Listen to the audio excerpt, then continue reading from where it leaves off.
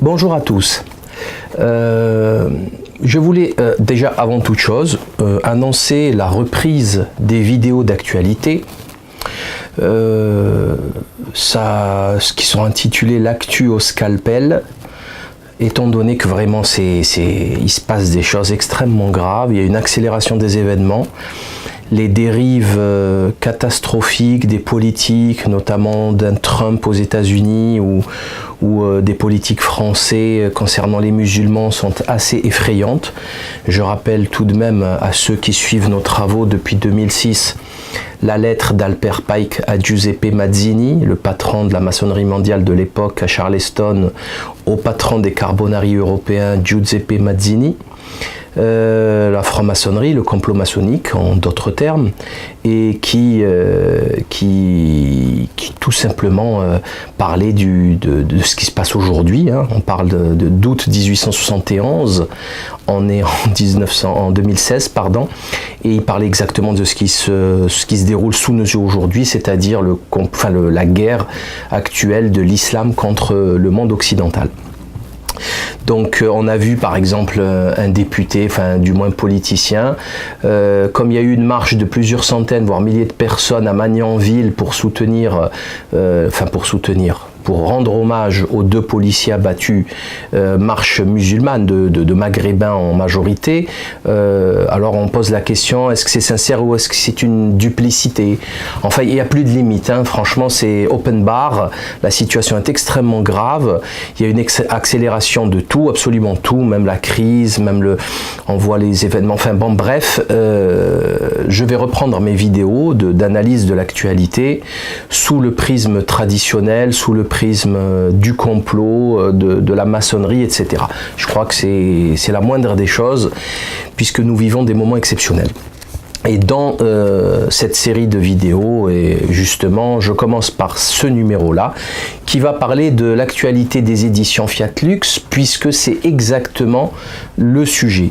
Étant donné que dernièrement ont été publiés Voltaire et l'islam, ce que l'on vous cache, de 2 chapitres de Voltaire de son essai sur les mœurs et l'esprit des nations, préfacé par Pierre d'Ortiguier, le professeur d'Ortiguier qui nous a fait une préface sublime, et présenté donc par l'éditeur, moi-même, dans à peu près 8 pages pour positionner cet ouvrage dans l'actualité immédiate. Notamment justement ces dérives islamophobes assez impressionnantes.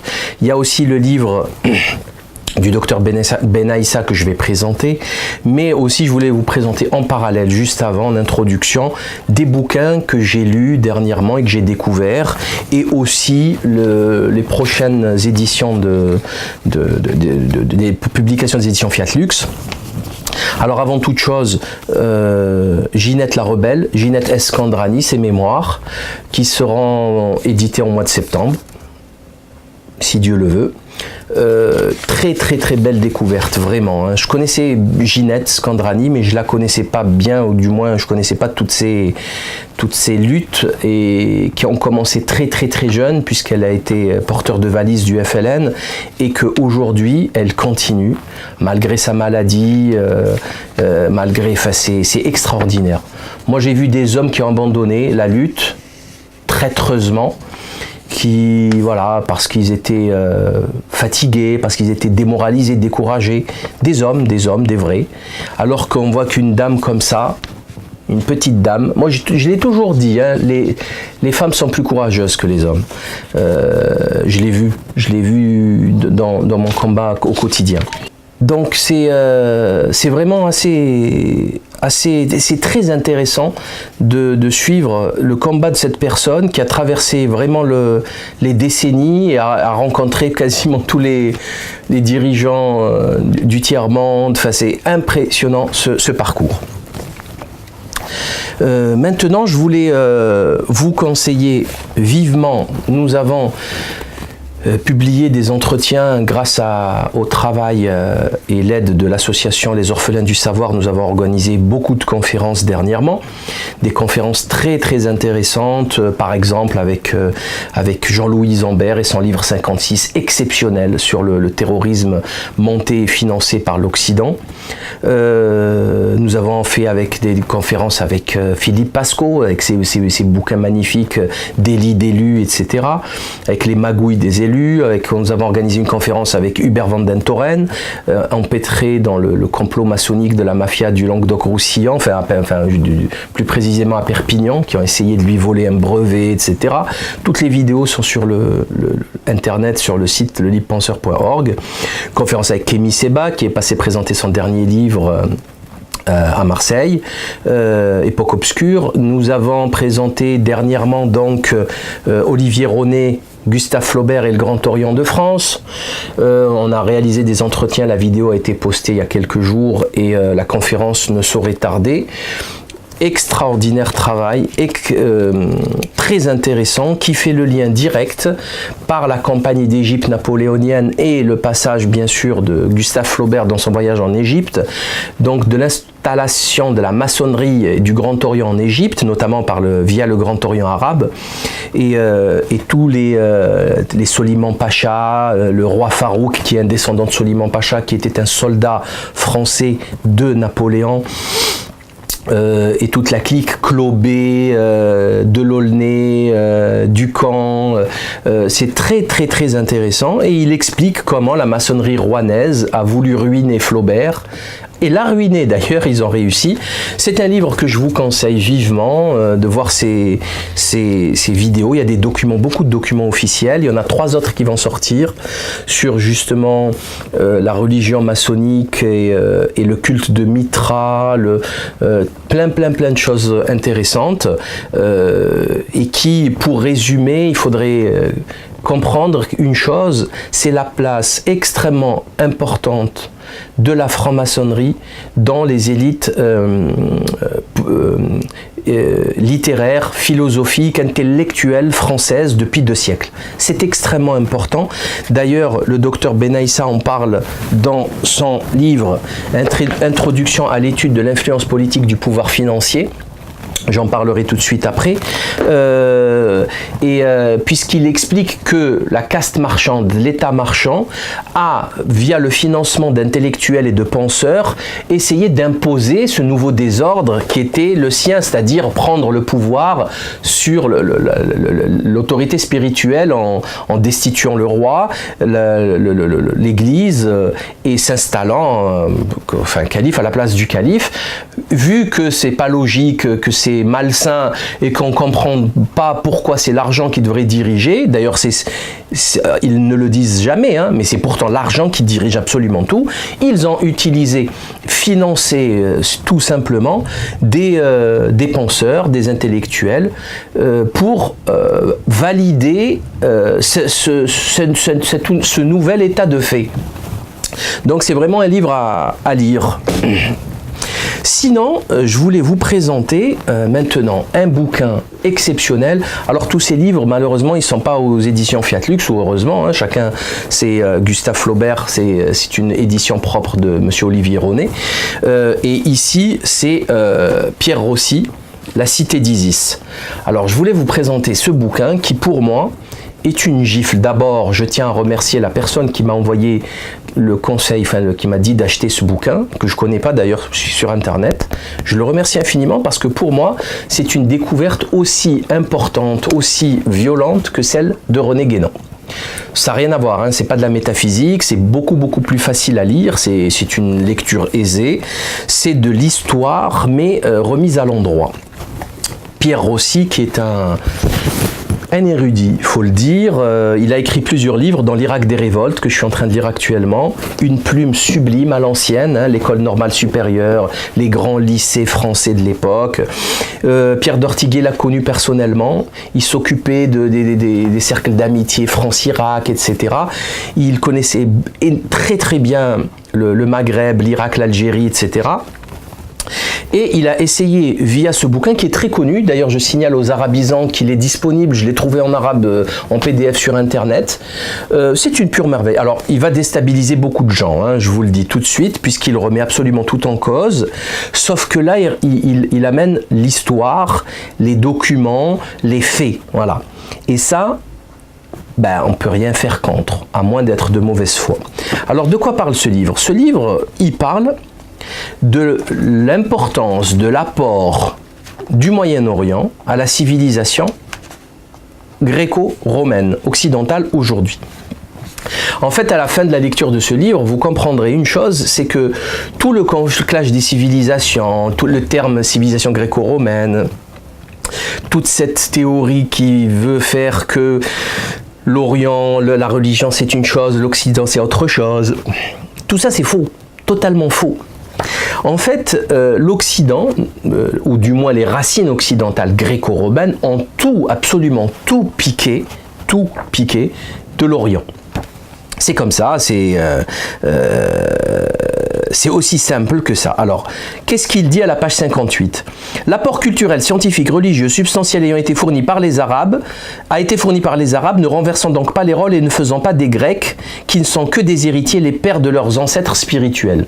Donc, nous assistons ici à un inversement des valeurs total, puisque les Grecs qui ont tout piqué des Arabes, et notamment, alors quand il parle des Arabes, il parle de la civilisation, notamment tout ce qui est bien sûr Moyen-Orient entre le Tigre et l'Euphrate, Mésopotamie, mais aussi l'Égypte. Et il le prouve, hein, le plus simplement du monde, par rapport aux origines des plus grands penseurs gréco-romains, notamment, on va commencer par les Grecs. Et tout simplement, ils ne sont pas nés en Grèce, ils sont nés soit en Syrie, soit à Alexandrie, soit, c'est pas des Grecs, c'est pas des Européens, c'est des Africains ou des Asiatiques. Et s'ils étaient grecs de naissance, ils ont fait leurs études à Alexandrie, etc., etc. Et les preuves sont là. Hein. Il y a des bouquins qui ont été écrits, les preuves sont là. Par exemple, je vais vous donner un exemple tout bête.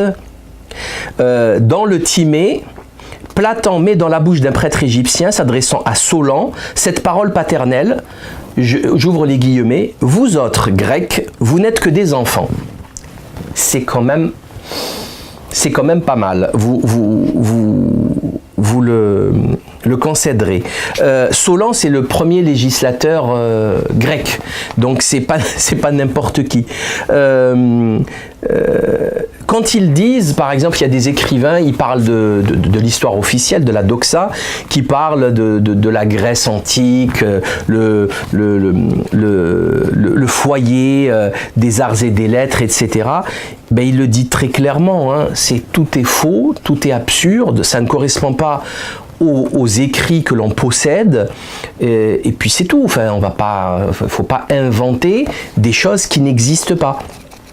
Pour finir, il y a des preuves étymologiques, factuelles extrêmement nombreuses qui démontrent que l'arabe, notamment la langue, est à la source de beaucoup de choses, notamment quand on dit Yahvé, en arabe classique, ça veut dire Yahuwa, ô lui. Hein? Elohim, c'est Allahumma. Allahumma, Elohim. Quand vous reprenez par exemple, et là c'est de l'araméen, et l'araméen c'est de l'arabe, la dernière parole du Christ sur la croix, que la paix l'accompagne, c'est Ilahi, Ilahi lima sabaqtani. Bon, tout arabisant comprend que Ilahi, Ilahi lima sabaqtani, c'est de l'arabe. Mon Dieu, pourquoi tu m'as précédé, donc pourquoi tu m'as abandonné? Et tous ces travaux-là sont parfaitement concordants avec ceux de Cheikh Anta Diop, Cheikh Anta Diop, et aussi avec ceux du professeur Martin Bernal, un universitaire américain qui a écrit un bouquin qui s'appelle Black Athena, que j'ai commandé d'ailleurs en 2 tomes, hein, c'est du 800 pages, 600 pages chacun, respectivement, et qui explique que l'origine de la civilisation gréco-romaine est tout simplement africaine, mésopotamienne. C'est d'une logique implacable, par l'étymologie des mots, par les écrits que l'on a sur plein de faits, les preuves sont innombrables. J'invite aussi, concernant l'étymologie, je vous invite à découvrir les travaux qu'on va diffuser bientôt de monsieur Rachid Ben Aïssa, le cousin du docteur Hamza Ben Aïssa, qui a fait un travail assez extraordinaire sur l'étymologie des mots, que vous trouverez notamment dans la présentation de l'éditeur de Voltaire, une dizaine de mots, qui prouvent l'origine arabe de milliers de mots gréco-latins. Quand je dis de milliers de mots, c'est milliers de mots. Et ce ne sont pas des mots anodins. C'est pas des petits mots comme le divan, le diwan, etc. Non, ça va très très loin. D'ailleurs, ça va tellement loin que tout s'est inversé. C'est assez ridicule et assez pathétique, puisque par exemple, vous allez prendre, j'aime bien cet exemple, c'est le mot technologie. Alors technologie, dans les pays maghrébins arabes, on va dire entre guillemets, on dit un institut, c'est Mahad Technologia. Sauf que technologie, c'est un mot qui vient de l'arabe, de techni. Techni, itran, c'est faire bien le travail. Et en fait, les Arabes ont tellement oublié leurs origines et l'étymologie des mots qu'ils copient bêtement, qu'ils arabisent des termes occidentaux d'une manière assez servile, assez stupide, alors que qu'ils sont eux-mêmes à l'origine de ces mots. C'est assez impressionnant, hein. Et quand vous vous rendez compte qu'il est question ici de milliers de mots, ça aggrave la situation. Je rappelle, c'est essentiel, en parlant de technologie, que l'Égypte, par exemple, ou même le Moyen-Orient, hein, Baalbek, etc., l'Égypte, les pyramides, les jardins suspendus de Babylone, etc., que la technologie d'il y a plusieurs millénaires dépassait la technologie d'aujourd'hui. Ça aussi, c'est factuel. Que vous le vouliez ou non, c'est comme ça. On ne peut pas, aujourd'hui, on ne sait pas comment mettre des blocs de 300 tonnes les uns sur les autres, sachant qu'ils ont été taillés d'une façon si précise que vous ne pouvez pas passer une feuille de cigarette entre les 2 blocs de 300 tonnes.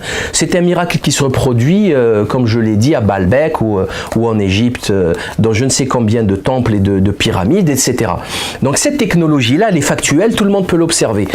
Sauf que les gens refusent de prendre les conclusions qui s'imposent parce que ça remettrait en cause absolument tout. Le darwinisme s'écroule puisque ça s'inverse. La technologie, c'était l'âge d'or et on est aujourd'hui à l'âge de fer, au Kali Yuga. Donc c'est vraiment, je vais arrêter là parce que je pourrais en parler encore des heures. C'est à lire, à découvrir pour tous ceux que ça intéresse.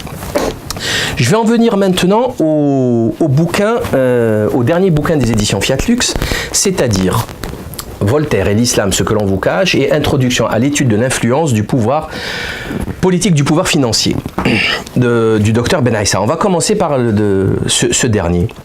Alors vous savez qu'on a publié dernièrement une trilogie du docteur Ben Aïssa, La connaissance traditionnelle et l'épistémologie moderne, une pure étude doctrinale, et Le Maghreb dans le discours des sciences humaines et sociales. Alors le premier, c'est vraiment dans la lignée de René Guénan. C'est du petit lait pour ceux qui aiment René Guénan, c'est exceptionnel. C'est René Guénan 2016, quoi. Il n'y en a pas beaucoup, malheureusement. Le Maghreb dans le discours des sciences humaines et sociales, ça, c'est aussi essentiel à comprendre. Ça rejoint absolument tout ça. Et ici, ça parle du triptyque islamité, amazirité, arabité. Il explique, le plus calmement du monde, que tout ceci va très bien ensemble, que ça n'a jamais créé de problème, et que si ça crée des problèmes aujourd'hui, Eh ben, c'est parce que les gens le veulent en fait. Donc c'est vraiment à découvrir. Il y a des vidéos d'entretien du docteur Benaïssa qui ont été postées sur le site des éditions Fiat Lux, que je vous laisse découvrir. Nous allons passer directement donc à l'introduction à l'étude de l'influence politique du pouvoir financier. Alors ce bouquin est une petite merveille parce que en très peu de pages, en 60 pages, 68 pages, mais 60 pages de texte, il refait l'histoire du changement de paradigme de l'économie qui a pris le pouvoir en Occident et dans le monde à partir bien sûr grâce à la colonisation militaire en première étape et ensuite intellectuelle et médiatique en deuxième étape. Donc le bouquin se présente en 4 chapitres afin d'avoir une idée. C'est l'économie dans la civilisation de l'être. Deuxième chapitre, la civilisation du devenir et l'intronisation de l'État marchand. Troisième chapitre, les fondements antitraditionnels du pouvoir financier. Et enfin, les modifications politiques de la plutocratie financière. Tout ceci agrémenté d'une préface du docteur Benaïssa.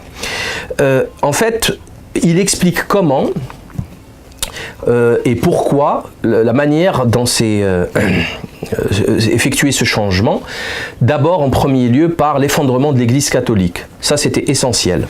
Et notamment en parallèle, comme par hasard, vous avez une montée fulgurante du protestantisme qui initialement était empli de bonnes intentions, etc. et qui in fine, via l'autorisation de l'usure, va représenter un cheval de Troie extraordinairement puissant et qui va pousser à la prise du pouvoir de la finance. On le sait très bien avec les banques protestantes aux États-Unis, etc.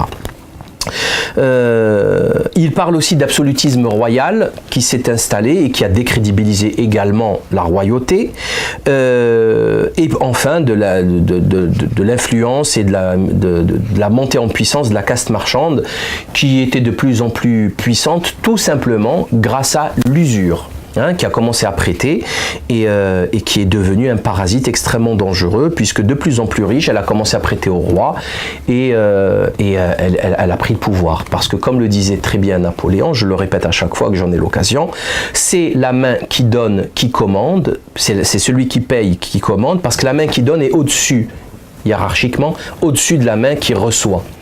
Donc à partir de là, ils ont commencé à établir leur politique et on le voit parfaitement, notamment, et là c'est pour le coup le catholicisme, mais le catholicisme dévié, on le voit très bien dans les républiques et les cités marchandes, par exemple de Florence ou de Venise ou de Gênes, qui ont commencé à pratiquer l'usure et les banques et les systèmes bancaires et en déviant totalement, absolument totalement de la religion, de la tradition et prenant une indépendance évidente du Vatican et de l'autorité spirituelle. Donc ce bouquin parle de cette mise en place donc à partir du Moyen-Âge, même de Philippe le Bel, jusqu'à aujourd'hui avec l'instauration des mafias de la Banque mondiale, du FMI, l'OMC, etc. qui ne sont là, il l'explique parfaitement, que pour imposer des règles dont ne veulent pas les nations, par des ajustements structurels comme ils disent, et en fait ça n'a strictement rien à voir, c'est une soumission à l'état marchand moderne.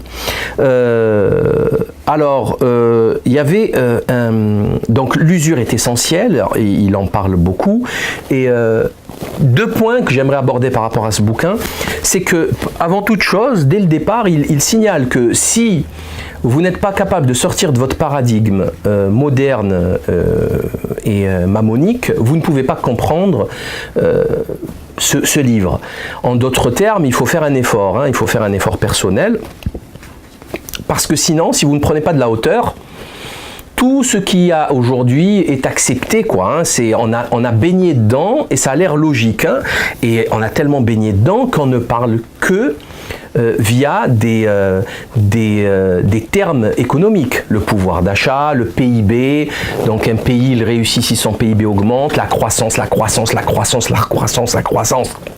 alors que tout le monde sait que les arbres ne poussent pas jusqu'au ciel, et tout ce qui est résultat de ces dérives, la pollution, enfin les maladies, le gaspillage, etc., la misère, le pillage des nations, etc. Donc, alors ce bouquin va parler aussi beaucoup du judaïsme, de la place importante du judaïsme dans cette dérive de financiarisation du monde, donc du protestantisme et du judaïsme, mais également du catholicisme, hein, parce que beaucoup de catholiques, enfin, façon de parler, un catholicisme dévié. D'ailleurs, il parle de judaïsme dévié. Par exemple, il cite l'exemple, vous savez que dans le Talmud, il est interdit, vous pouvez pratiquer l'usure avec un goy, mais vous ne pouvez pas pratiquer l'usure entre juifs. Sauf qu'il y a des rabbins qui ont trouvé la solution pour ça, et c'est là qu'il prouve la preuve que c'est dévié. Il vous explique qu'une société, c'est pas un juif. Même si elle est possédée par un juif, une entreprise, c'est pas un juif. Du coup, elle peut pratiquer l'usure à un juif. C'est tiré par les cheveux quand même, c'est pas sérieux, l'esprit de la loi, il n'est pas respecté, il n'est pas respecté. Et il y avait aussi autre chose, c'est que, et ça, il faut absolument en parler. Alors, ce bouquin, il fait vraiment un état des lieux de toute l'Europe. Il parle de l'Angleterre, hein, d'Henri VIII avec l'anglicanisme et l'autorisation lui aussi de l'usure. Il parle des penseurs de John Locke, d'Adam Smith, de Hobbes, il parle de tous les penseurs, il va parler de la France, de l'Allemagne, de l'Italie. Vraiment, c'est un travail très pointu, d'une grande érudition. On va parler aussi beaucoup de Karl Marx. Et je voulais, pour finir, faire une petite réflexion. C'est à partir de la sortie du Moyen-Âge, juste un peu avant, ça commence avec Philippe le Bel, mais comme par hasard, il y a le protestantisme qui se met en place, la maçonnerie, l'humanisme, il en parle aussi dans le livre,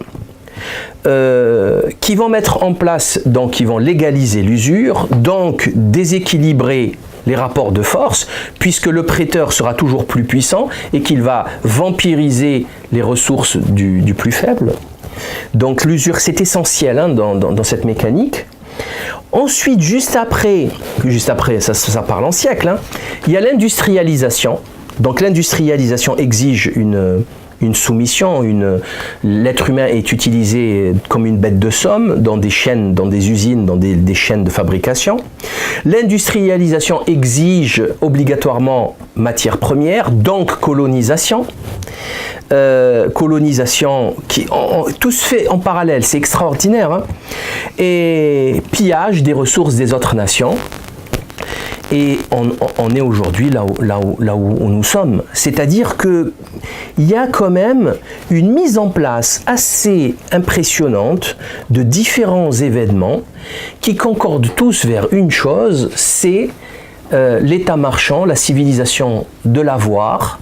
Plus je possède, mieux je me porte. On le voit avec le rap bling bling, on le voit avec les politiques bling bling, on le voit avec le règne de l'argent, des jeux de hasard, des jeux débilitants à la télévision dans lesquels on vous met dans monnaie drop des kilos de billets, etc. Enfin, un culte extrêmement malsain de l'argent qui rend, on le voit, tout le monde malheureux, puisque le monde ne s'est jamais porté aussi mal, les antidépresseurs jamais autant consommés, tout ce qui est dit, en fait, c'est l'inverse qui se déroule sous nos yeux. Il n'y a jamais eu autant de chômage, puisqu'on a délocalisé toute l'industrie pour justement faire encore plus de profit, puisque le salarié français qui coûte 15 € de l'heure, bon, il est plus compétitif avec je sais pas moi, le turc ou le chinois à 2 € de l'heure, voire même pas, etc., etc.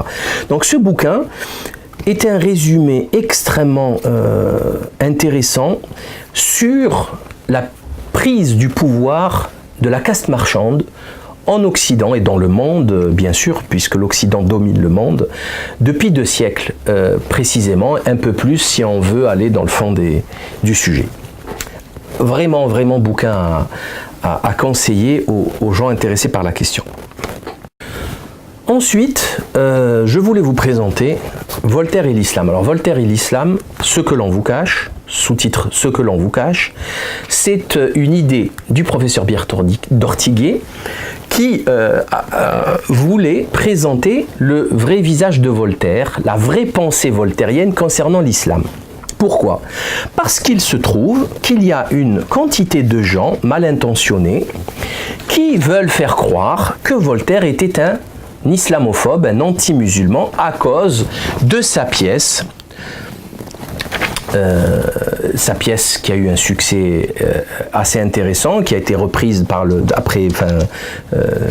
les siècles passants, c'est le fanatisme ou Mahomet le prophète. Donc il a été extrêmement violent envers le prophète de l'islam, sauf que ça c'était vraiment au début de sa carrière, et vers la fin, juste 20 ans après, il a changé totalement d'avis et il voulait le prouver via la reproduction telle qu'elle, notamment son essai sur les mœurs et l'esprit des nations, 3 chapitres sur le Moyen-Orient, l'islam et le prophète, dans lesquels il dit beaucoup de bien, mais pas seulement, notamment justement dans la préface du professeur d'Ortiguet, il y a d'autres citations, et aussi dans ma présentation de l'éditeur, le professeur d'Ortiguet parlera également de Goethe, de ce qu'il pensait du prophète de l'islam, du plus grand bien qu'il pensait du prophète de l'islam.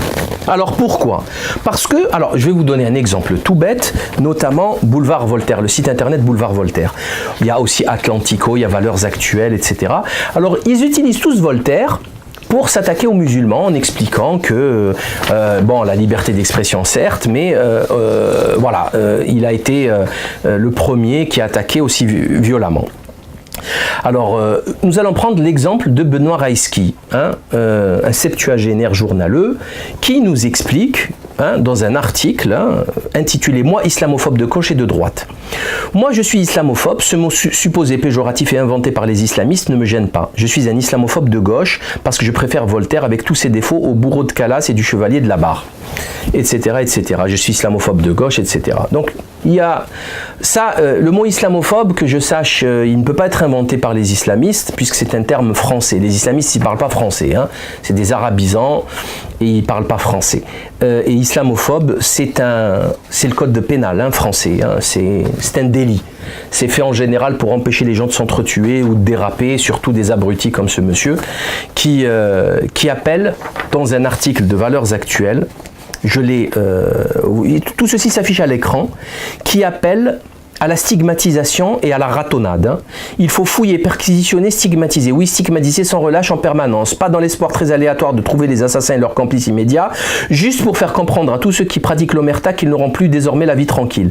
La peur doit changer de camp, et alors, qui sait, l'eau finira par expulser les poissons à qui elle permet généreusement de faire plouf plouf.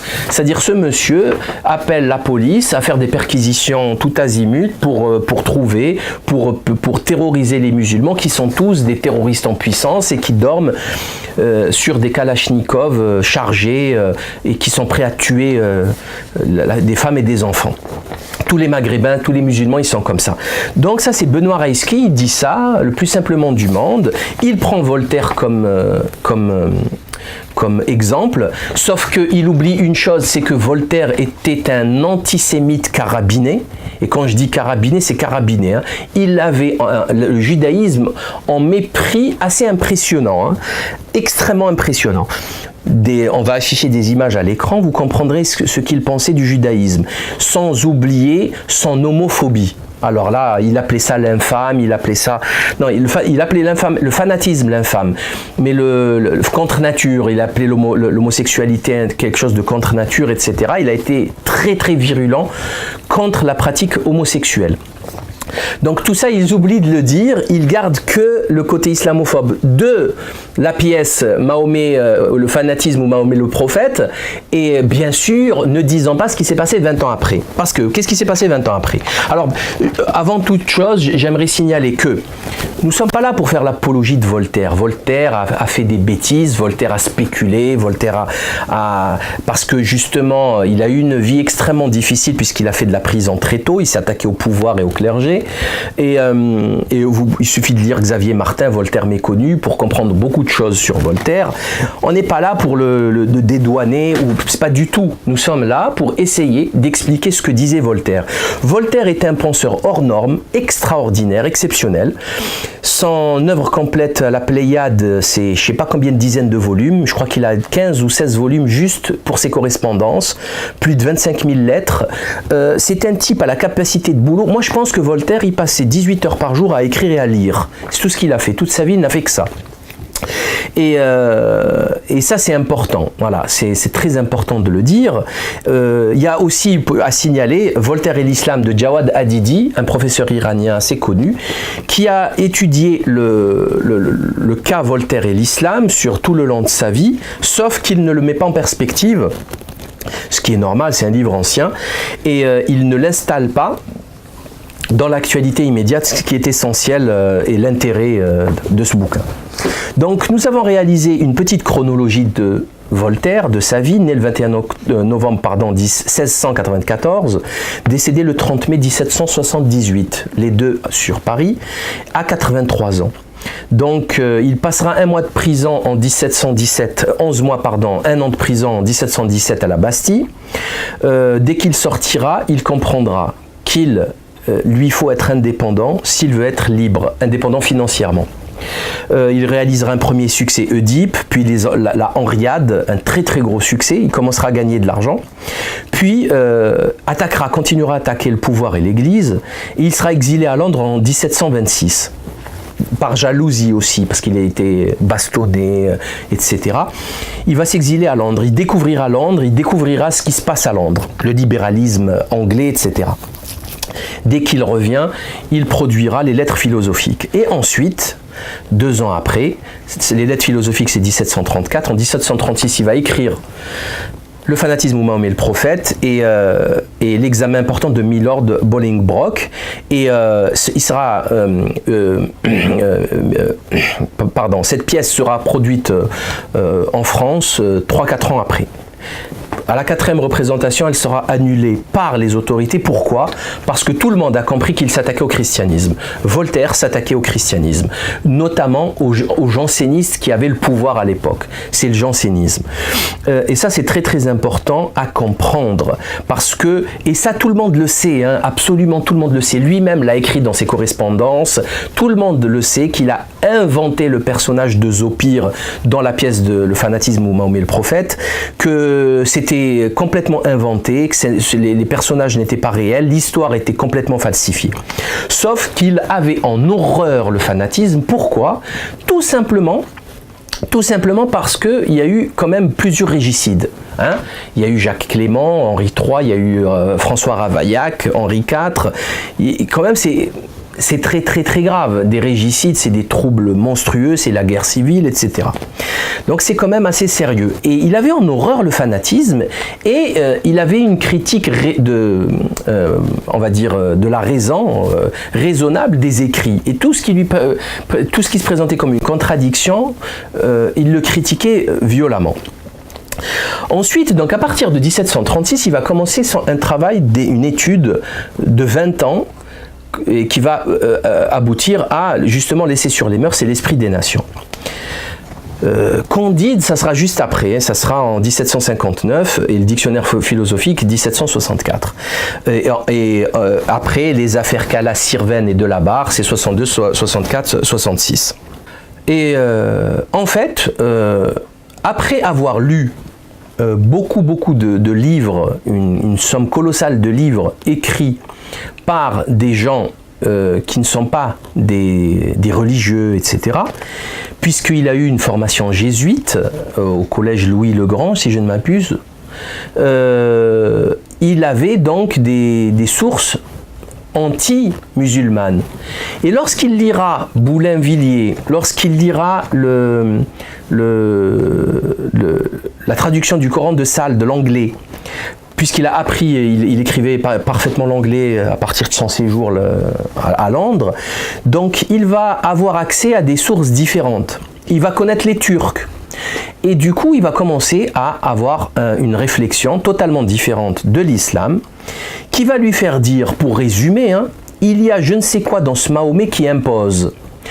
Et il va avoir des propos extrêmement virulents contre justement ceux qui ont menti sur l'islam, ceux qui ont diffamé le prophète et les musulmans, notamment par des grossièretés phénoménales.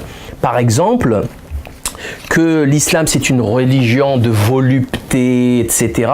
Alors lui, il répondait calmement, comment ça pourrait être une religion de volupté alors qu'il interdit l'alcool, alors qu'il limite à 4 femmes les épouses, alors que tel prophète Salomon, tel prophète David, ils avaient 700 femmes, 300 femmes, etc. Comment peut-on dire ces choses-là alors que... Donc il avait une lecture très critique qu'il a réalisée d'ailleurs dans son essai sur les mœurs, hein, c'est de l'histoire analysée d'une manière scientifique.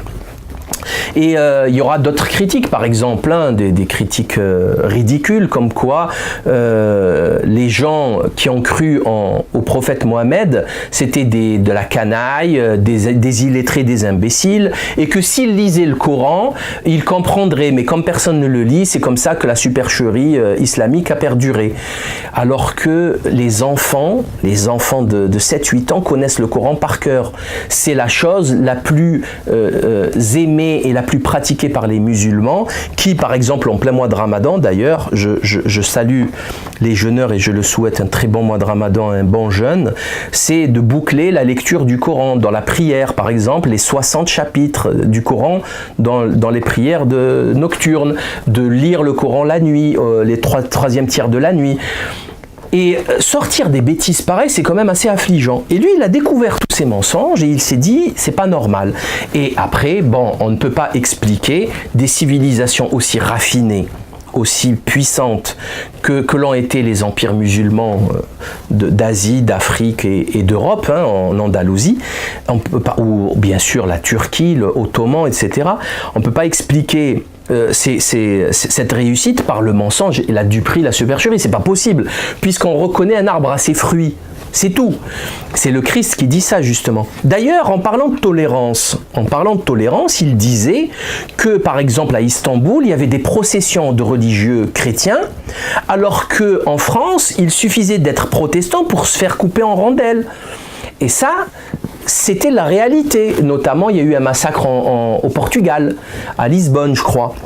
De protestants, il avait écrit justement un papier là-dessus. Donc il disait que la tolérance, en plus, elle est du côté des musulmans, elle n'est pas du côté des chrétiens. Donc tout ceci a fait dire, et tous les propos sont repris dans ce livre, Voltaire et l'islam, tout ceci a fait changer donc d'avis à Voltaire, et je pense qu'il est essentiel de le dire, c'est important. Donc, une bonne fois pour toutes. Et là, bon, pour avoir cette vision des choses, il faut s'appeler Pierre d'Ortiguier, il faut que ceci soit clair, hein. Il faut être issu de l'ancienne école et être doué d'une grande érudition pour pouvoir faire une analyse, parce qu'il faut lire, il faut lire la Pléiade pour ça, hein. Il faut lire l'intégrale. Et ça, c'est un travail que plus personne ne fait. Absolument plus personne, hein. C'est fini ça, hein. C'est le psittacisme systématique intégral, c'est des perroquets qui répètent ce qui a été dit. C'est comme la phrase de Voltaire, la pseudo-phrase que Thierry Ardisson adore répéter, je me battrai, je ne suis pas d'accord avec ce que vous dites, mais je me battrai pour que vous puissiez le dire. C'est pas Voltaire c'est une personne, une Anglaise qui a écrit ce livre et qui a dit que Voltaire était dans l'esprit de ça. Mais c'est vrai que, voilà, que pour écrire un bouquin pareil, un tel résumé de Voltaire, afin de détruire cet argument qui revient systématiquement et qui tend à faire croire que Voltaire était un anti-musulman et qui est totalement l'inverse. Totalement l'inverse.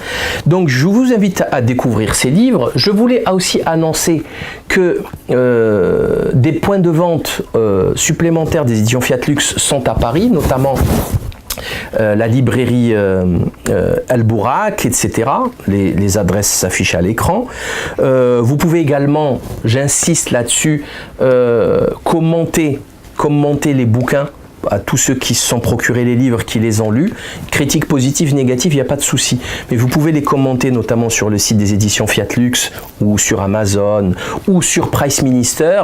Il faut savoir que nous avons boutique sur Price Minister pour ceux qui commandent leurs livres sur cette plateforme. Donc, afin de vous procurer ces livres, je crois que j'en ai terminé, je vous ai tout dit. C'est essentiel de remettre un peu de vérité dans ce monde de mensonges et d'expliquer par exemple à toute la clique des voltairiens qui ont menti pendant des décennies. J'aimerais bien m'adresser par exemple à un Michel Onfray, qu'il puisse découvrir sans aucune agressivité ni animosité, que l'on soit clair, qu'il puisse découvrir cette face de Voltaire. Je sais qu'il est capable de remettre en cause ses certitudes, il l'a fait pour Freud et la psychanalyse, il l'a fait pour le socialisme, etc. Il a une capacité de remise en cause et assez rare de nos jours. J'aimerais m'adresser également à tous les dégénérés de boulevard Voltaire, notamment par exemple un Robert Ménard, agent de la CIA, payé par la CIA, agent subversif, qui est là pour justement mettre en place la troisième phase de la fameuse lettre d'Albert Pike à Giuseppe Mazzini. Donc merci pour votre attention. Je crois que j'en ai terminé, je vous ai dit tout ce que je devais vous dire et à très bientôt pour le numéro 2 du traitement de l'actualité.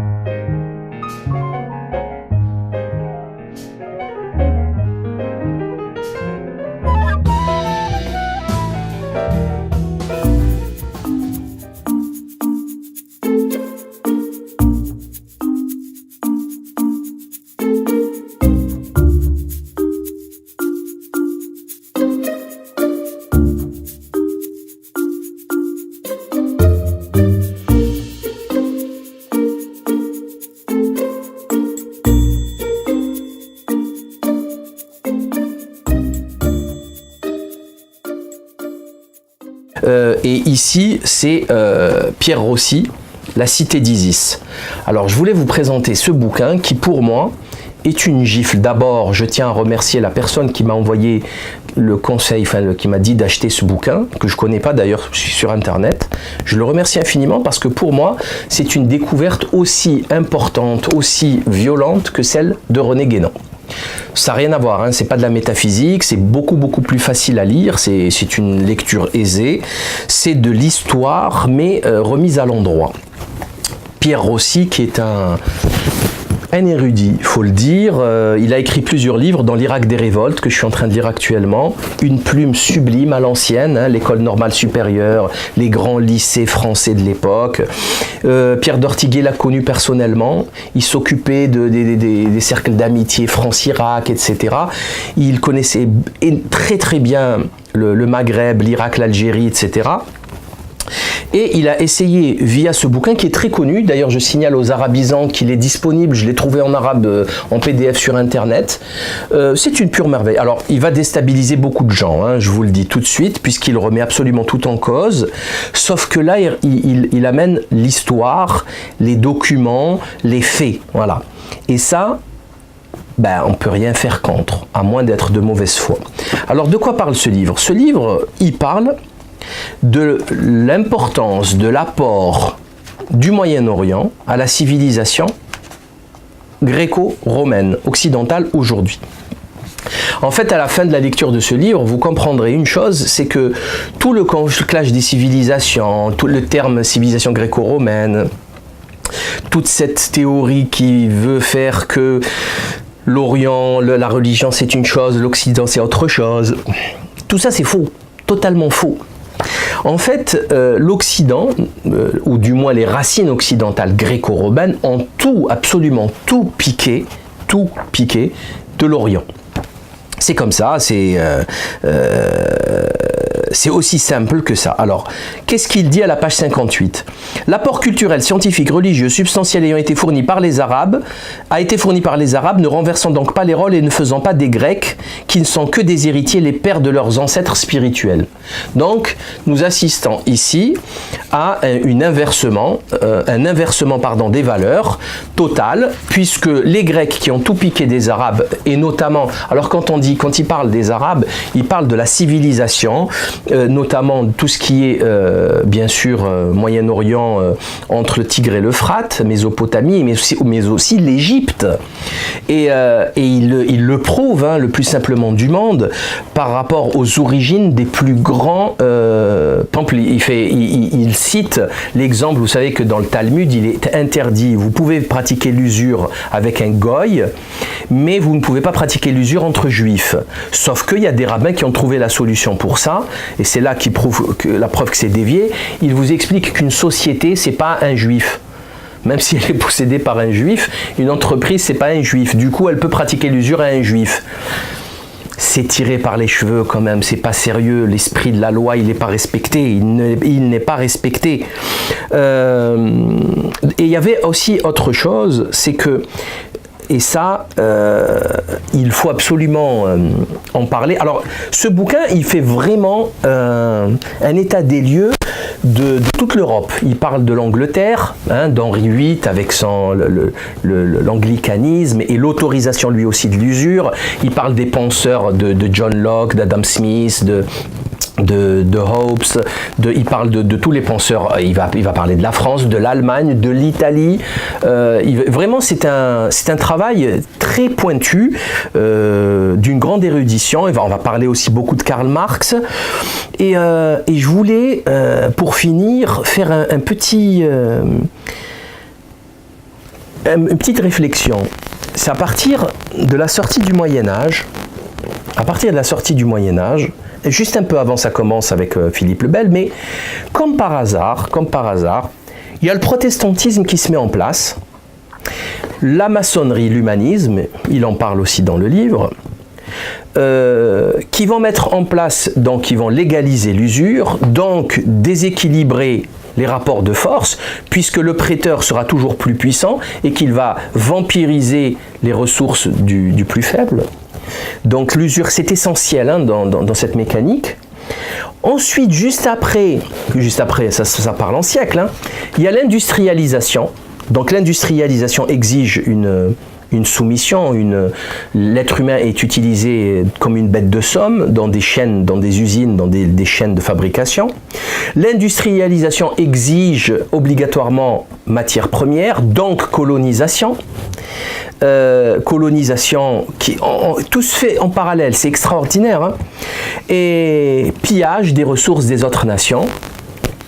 Et on est aujourd'hui là où nous sommes. C'est-à-dire qu'il y a quand même une mise en place assez impressionnante de différents événements qui concordent tous vers une chose, c'est l'état marchand, la civilisation de l'avoir. Plus je possède, mieux je me porte. On le voit avec le rap bling bling, on le voit avec les politiques bling bling, on le voit avec le règne de l'argent. Va très bien ensemble, que ça n'a jamais créé de problème, et que si ça crée des problèmes aujourd'hui, eh ben c'est parce que les gens le veulent en fait. Donc c'est vraiment à découvrir. Il y a des vidéos d'entretien du docteur Benaïssa qui ont été postées sur le site des éditions Fiat Lux, que je vous laisse découvrir.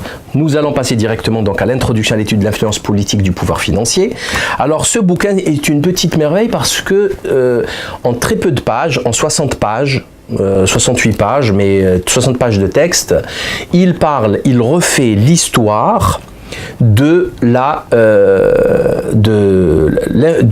changement de paradigme de l'économie qui a pris le pouvoir en Occident et dans le monde à partir bien sûr grâce à la colonisation militaire en première étape et ensuite intellectuelle et médiatique en deuxième étape. Donc le bouquin se présente en 4 chapitres afin d'avoir une idée. C'est l'économie dans la civilisation de l'être. Deuxième chapitre, la civilisation du devenir et l'intronisation de l'état marchand. Troisième chapitre, les fondements antitraditionnels du pouvoir financier. Et enfin, les modifications politiques de la plutocratie financière. Tout ceci agrémenté d'une préface du docteur Benaïssa. En fait, il explique comment et pourquoi, la manière dont c'est effectué ce changement. D'abord, en premier lieu, par l'effondrement de l'Église catholique. Ça, c'était essentiel. Et notamment, en parallèle, comme par hasard, vous avez une montée fulgurante du protestantisme, qui initialement était empli de bonnes intentions, etc., et qui, in fine, via l'autorisation de l'usure, va représenter un cheval de Troie extraordinairement puissant, et qui va pousser à la prise du pouvoir de la finance. On le sait très bien avec les banques protestantes aux États-Unis, etc. Il parle aussi d'absolutisme royal qui s'est installé et qui a décrédibilisé également la royauté, et enfin de l'influence et de la montée en puissance de la caste marchande qui était de plus en plus puissante tout simplement grâce à l'usure. Qui a commencé à prêter et qui est devenu un parasite extrêmement dangereux puisque de plus en plus riche, elle a commencé à prêter au roi et elle a pris le pouvoir. Parce que comme le disait très bien Napoléon, je le répète à chaque fois que j'en ai l'occasion, c'est la main qui donne qui commande, c'est celui qui paye qui commande parce que la main qui donne est au-dessus, hiérarchiquement, au-dessus de la main qui reçoit. Donc à partir de là, ils ont commencé à établir leur politique et on le voit parfaitement, notamment Yahvé, en arabe classique, ça veut dire Yahuwa, ô lui. Elohim, c'est Allahumma. Allahumma, Elohim. Quand vous reprenez par exemple, et là c'est de l'araméen, et l'araméen c'est de l'arabe, la dernière parole du Christ sur la croix, que la paix l'accompagne, c'est Ilahi, Ilahi lima sabaqtani. Bon, tout arabisant comprend que Ilahi, Ilahi lima sabaqtani, c'est de l'arabe. Mon Dieu, pourquoi tu m'as précédé, donc pourquoi tu m'as abandonné? Et tous ces travaux-là sont parfaitement concordants avec ceux de Cheikh Anta Diop, et aussi avec ceux du professeur Martin Bernal, un universitaire américain qui a écrit un bouquin qui s'appelle Black Athena, que j'ai commandé d'ailleurs en 2 tomes, c'est du 800 pages, 600 pages chacun, respectivement, et qui explique que l'origine de la civilisation gréco-romaine est tout simplement africaine, mésopotamienne. C'est d'une logique implacable, par l'étymologie des mots, par les écrits que l'on a sur plein de faits, les preuves sont innombrables. J'invite aussi concernant l'étymologie, je vous invite à découvrir les travaux qu'on va diffuser bientôt de monsieur Rachid Ben Aïssa, le cousin du docteur Hamza Ben Aïssa, qui a fait un travail assez extraordinaire sur l'étymologie des mots, que vous trouverez notamment dans la présentation de l'éditeur de Voltaire, une dizaine de mots, qui prouvent l'origine arabe de milliers de mots gréco-latins. Quand je dis de milliers de mots, c'est milliers de mots. Et ce ne sont pas des mots anodins. C'est pas des petits mots comme le divan, le diwan, etc. Non, ça va très très loin. D'ailleurs, ça va tellement loin que tout s'est inversé. C'est assez ridicule et assez pathétique. Puisque, par exemple, vous allez prendre, j'aime bien cet exemple, c'est le mot technologie.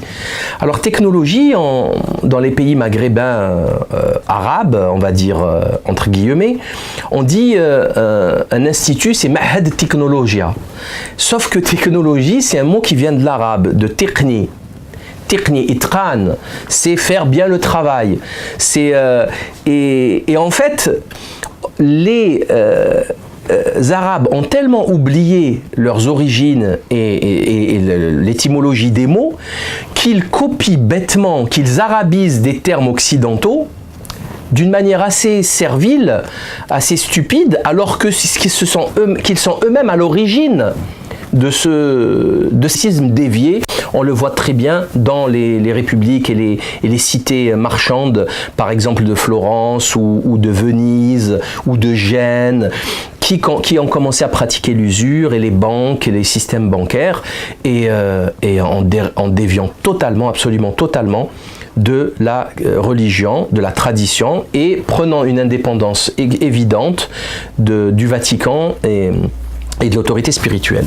Donc ce bouquin parle de cette mise en place, donc à partir du Moyen-Âge, même de Philippe le Bel, jusqu'à aujourd'hui avec l'instauration des mafias de la Banque mondiale, du FMI, l'OMC, etc., qui ne sont là, il l'explique parfaitement, que pour imposer des règles dont ne veulent pas les nations, par des ajustements structurels comme ils disent, et en fait ça n'a strictement rien à voir, c'est une soumission à l'état marchand moderne.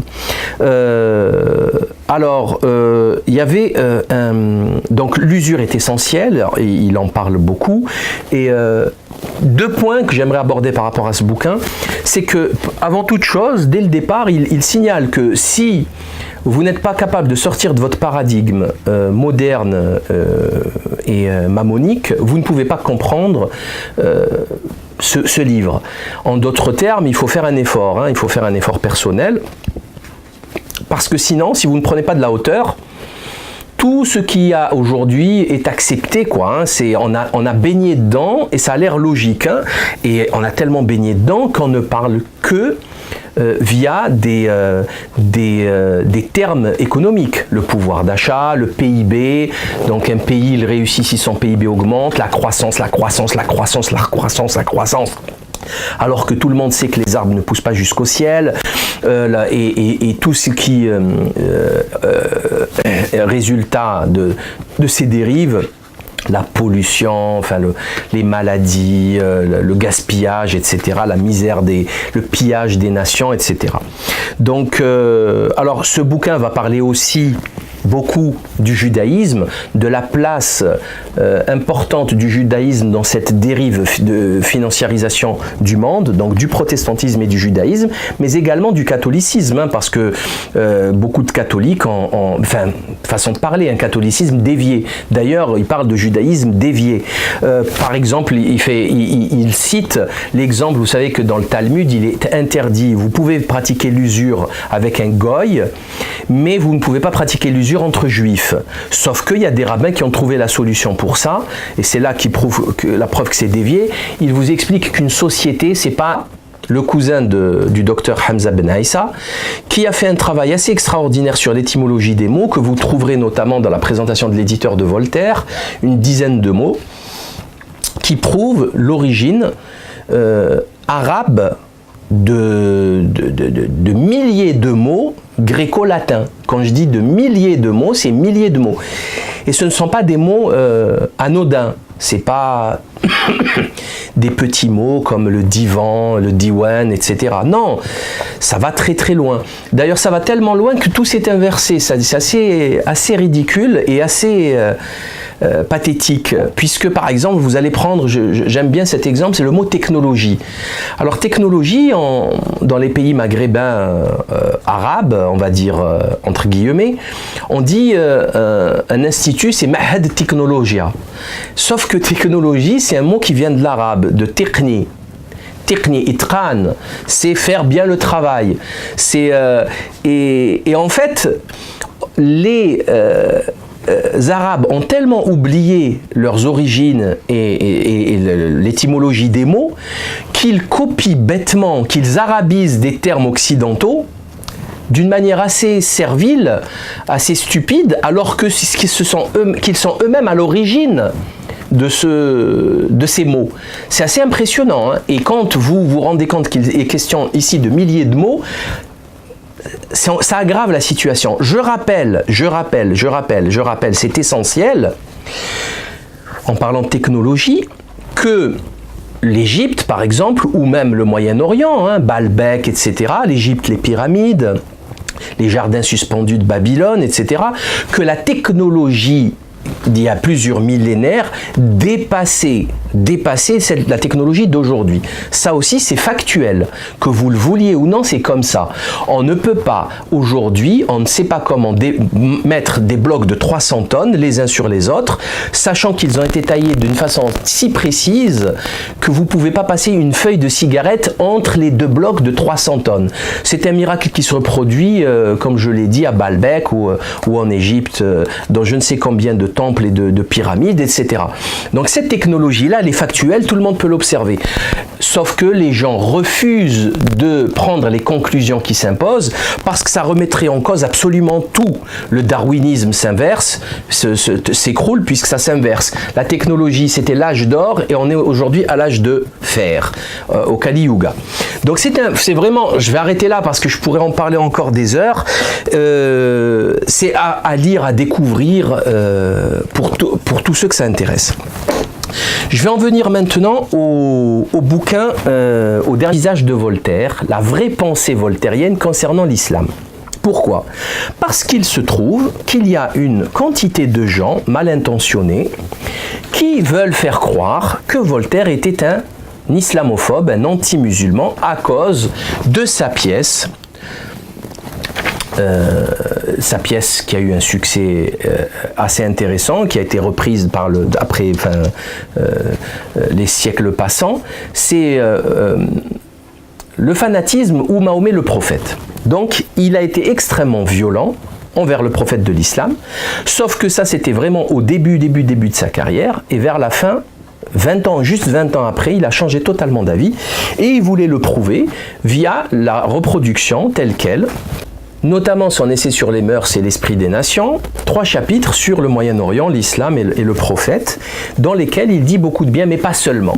Notamment justement dans la préface du professeur d'Ortiguier, il y a d'autres citations, et aussi dans ma présentation de l'éditeur, le professeur d'Ortiguier parlera également de Goethe, de ce qu'il pensait du prophète de l'islam, du plus grand bien qu'il pensait du prophète de l'islam. Alors pourquoi?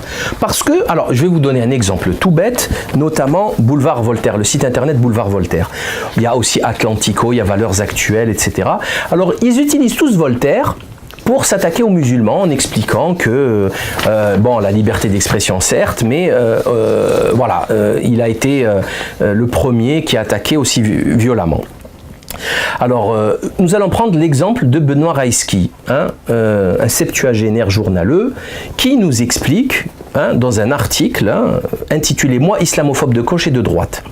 Moi, je suis islamophobe, ce mot supposé péjoratif et inventé par les islamistes ne me gêne pas. Je suis un islamophobe de gauche parce que je préfère Voltaire avec tous ses défauts au bourreau de Calas et du chevalier de la Barre, etc., etc. Je suis islamophobe de gauche, etc. Donc, il y a ça, le mot islamophobe, que je sache, il ne peut pas être inventé par les islamistes, puisque c'est un terme français. Les islamistes, ils ne parlent pas français, c'est des arabisants, et ils ne parlent pas français.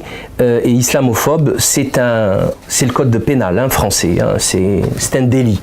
C'est fait en général pour empêcher les gens de s'entretuer ou de déraper, surtout des abrutis comme ce monsieur, qui appelle, dans un article de Valeurs Actuelles, tout ceci s'affiche à l'écran, qui appelle à la stigmatisation et à la ratonnade. Il faut fouiller, perquisitionner, stigmatiser. Oui, stigmatiser sans relâche en permanence, pas dans l'espoir très aléatoire de trouver les assassins et leurs complices immédiats, juste pour faire comprendre à tous ceux qui pratiquent l'omerta qu'ils n'auront plus désormais la vie tranquille. La peur doit changer de camp, et alors, qui sait, l'eau finira par expulser les poissons à qui elle permet généreusement de faire plouf plouf. C'est-à-dire, ce monsieur appelle la police à faire des pertes qui avaient le pouvoir à l'époque. C'est le jansénisme. Et ça, c'est très très important à comprendre, parce que, et ça tout le monde le sait, absolument tout le monde le sait, lui-même l'a écrit dans ses correspondances, tout le monde le sait qu'il a inventé le personnage de Zopir dans la pièce de Le fanatisme ou Mahomet le prophète, que c'était complètement inventé, que les personnages n'étaient pas réels, l'histoire était complètement falsifiée. Sauf qu'il avait en horreur le fanatisme. Pourquoi? Tout simplement parce qu'il y a eu quand même plusieurs régicides. Il y a eu Jacques Clément, Henri III, il y a eu François Ravaillac, Henri IV. Quand même, c'est très très très grave. Des régicides, c'est des troubles monstrueux, c'est la guerre civile, etc. Donc c'est quand même assez sérieux. Et il avait en horreur le fanatisme et il avait une critique on va dire, de la raison, raisonnable des écrits. Et tout ce qui se présentait comme une contradiction, il le critiquait violemment. Ensuite, donc à partir de 1736, il va commencer un travail, une étude de 20 ans et qui va aboutir à justement l'essai sur les mœurs et l'esprit des nations. Candide, ça sera juste après, ça sera en 1759 et le dictionnaire philosophique 1764. Et après, les affaires Calas, Sirven et Delabarre, c'est 62, 64, 66. Et en fait, après avoir lu beaucoup de livres, une somme colossale de livres écrits par des gens qui ne sont pas des religieux, etc., puisqu'il a eu une formation jésuite au collège Louis le Grand, si je ne m'abuse, il avait donc des sources anti-musulmanes. Et lorsqu'il lira Boulainvilliers, lorsqu'il lira la traduction du Coran de Salles de l'anglais, puisqu'il a appris, il écrivait parfaitement l'anglais à partir de son séjour à Londres, donc il va avoir accès à des sources différentes. Il va connaître les Turcs. Et du coup, il va commencer à avoir une réflexion totalement différente de l'islam, qui va lui faire dire, pour résumer, il y a je ne sais quoi dans ce Mahomet qui impose. Et il va avoir des propos extrêmement virulents contre justement ceux qui ont menti sur l'islam, ceux qui ont diffamé le prophète et les musulmans, notamment par des grossièretés phénoménales. Par exemple, que l'islam c'est une religion de volupté, etc. Alors lui, il répondait calmement, comment ça pourrait être une religion de volupté alors qu'il interdit l'alcool, alors qu'il limite à 4 femmes les épouses, alors que tel prophète Salomon, tel prophète David, ils avaient pour le coup le catholicisme, mais le catholicisme dévié, on le voit très bien dans les républiques et les cités marchandes, par exemple de Florence ou de Venise ou de Gênes, qui ont commencé à pratiquer l'usure et les banques et les systèmes bancaires et en déviant totalement, absolument totalement de la religion, de la tradition et prenant une indépendance évidente du Vatican et de l'autorité spirituelle. Donc ce bouquin parle de cette mise en place donc à partir du Moyen-Âge, même de Philippe le Bel, jusqu'à aujourd'hui avec l'instauration des mafias de la Banque mondiale, du FMI, l'OMC, etc., qui ne sont là, il l'explique parfaitement, que pour imposer des règles dont ne veulent pas les nations, par des ajustements structurels comme ils disent, et en fait ça n'a strictement rien à voir, c'est une soumission à l'état marchand moderne. Il y avait donc l'usure est essentielle, il en parle beaucoup, et 2 points que j'aimerais aborder par rapport à ce bouquin, c'est que avant toute chose, dès le départ, il signale que si vous n'êtes pas capable de sortir de votre paradigme moderne et mammonique, vous ne pouvez pas comprendre ce livre. En d'autres termes, il faut faire un effort, il faut faire un effort personnel, parce que sinon, si vous ne prenez pas de la hauteur, tout ce qu'il y a aujourd'hui est accepté, quoi. On a baigné dedans et ça a l'air logique, et on a tellement baigné dedans qu'on ne parle que via des termes économiques, le pouvoir d'achat, le PIB. Donc un pays, il réussit si son PIB augmente, la croissance. Alors que tout le monde sait que les arbres ne poussent pas jusqu'au ciel, et tout ce qui est résultat de ces dérives, la pollution, les maladies, le gaspillage, etc., la misère, le pillage des nations, etc. Donc, alors ce bouquin va parler aussi beaucoup du judaïsme, de la place importante du judaïsme dans cette dérive de financiarisation du monde, donc du protestantisme et du judaïsme, mais également du catholicisme, hein, parce que beaucoup de catholiques, enfin, façon de parler, un catholicisme dévié. D'ailleurs, il parle de judaïsme dévié. Par exemple, il cite l'exemple, vous savez que dans le Talmud, il est interdit, vous pouvez pratiquer l'usure avec un goy, mais vous ne pouvez pas pratiquer l'usure entre juifs. Sauf qu'il y a des rabbins qui ont trouvé la solution pour ça, et c'est là qui prouve la preuve que c'est dévié. À Istanbul, il y avait des processions de religieux chrétiens, alors qu'en France, il suffisait d'être protestant pour se faire couper en rondelles. Et ça, c'était la réalité. Notamment, il y a eu un massacre au Portugal, à Lisbonne, je crois. De protestants, il avait écrit justement un papier là-dessus. Donc il disait que la tolérance en plus, elle est du côté des musulmans, elle n'est pas du côté des chrétiens. Donc tout ceci a fait dire, et tous les propos sont repris dans ce livre, Voltaire et l'islam, tout ceci a fait changer donc d'avis à Voltaire, et je pense qu'il est essentiel de le dire, c'est important. Donc, une bonne fois pour toutes. Et là, bon, pour avoir cette vision des choses, il faut s'appeler Pierre d'Ortiguier, il faut que ceci soit clair, hein. Il faut être issu de l'ancienne école et être doué d'une grande érudition pour pouvoir faire une analyse, parce qu'il faut lire, il faut lire la Pléiade pour ça, hein. Il faut lire l'intégrale. Et ça, c'est un travail que plus personne ne fait. Absolument plus personne, hein. C'est fini ça. Hein. C'est le psittacisme systématique intégral. C'est des perroquets qui répètent ce qui a été dit. C'est comme la phrase de Voltaire, la pseudo-phrase que Thierry Ardisson adore répéter. Je me battrai, je ne suis pas d'accord avec ce que vous dites, mais je me battrai pour que vous puissiez le dire. C'est pas Voltaire qui. C'est une personne, une Anglaise qui a écrit ce livre et qui a dit que Voltaire était dans l'esprit de ça. Mais c'est vrai que, voilà, que pour écrire un bouquin pareil, un tel résumé de Voltaire, afin de détruire cet argument qui revient systématiquement et qui tend à faire croire que Voltaire était un anti-musulman et qui est totalement l'inverse. Totalement l'inverse. Donc je vous invite à découvrir ces livres. Je voulais aussi annoncer que des points de vente supplémentaires des éditions Fiat Lux sont à Paris, notamment la librairie Al-Bourak, etc. Les adresses s'affichent à l'écran. Vous pouvez également, j'insiste là-dessus, commenter les bouquins à tous ceux qui se sont procurés les livres, qui les ont lus. Critiques positives, négatives, il n'y a pas de souci. Mais vous pouvez les commenter notamment sur le site des éditions Fiat Lux ou sur Amazon ou sur Price Minister. Il faut savoir que nous avons une boutique sur Price Minister pour ceux qui commandent leurs livres sur cette plateforme. Donc afin de vous procurer ces livres, je crois que j'en ai terminé, je vous ai tout dit.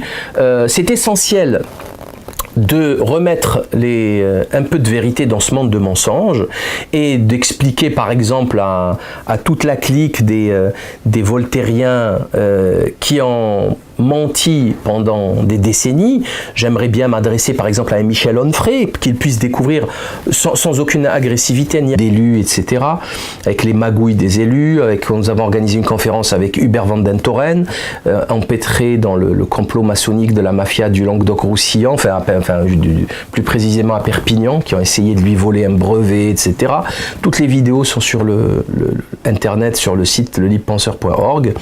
Conférence avec Kémy Séba, qui est passé présenter son dernier livre à Marseille, Époque obscure. Nous avons présenté dernièrement donc Olivier Ronet, Gustave Flaubert et le Grand Orient de France.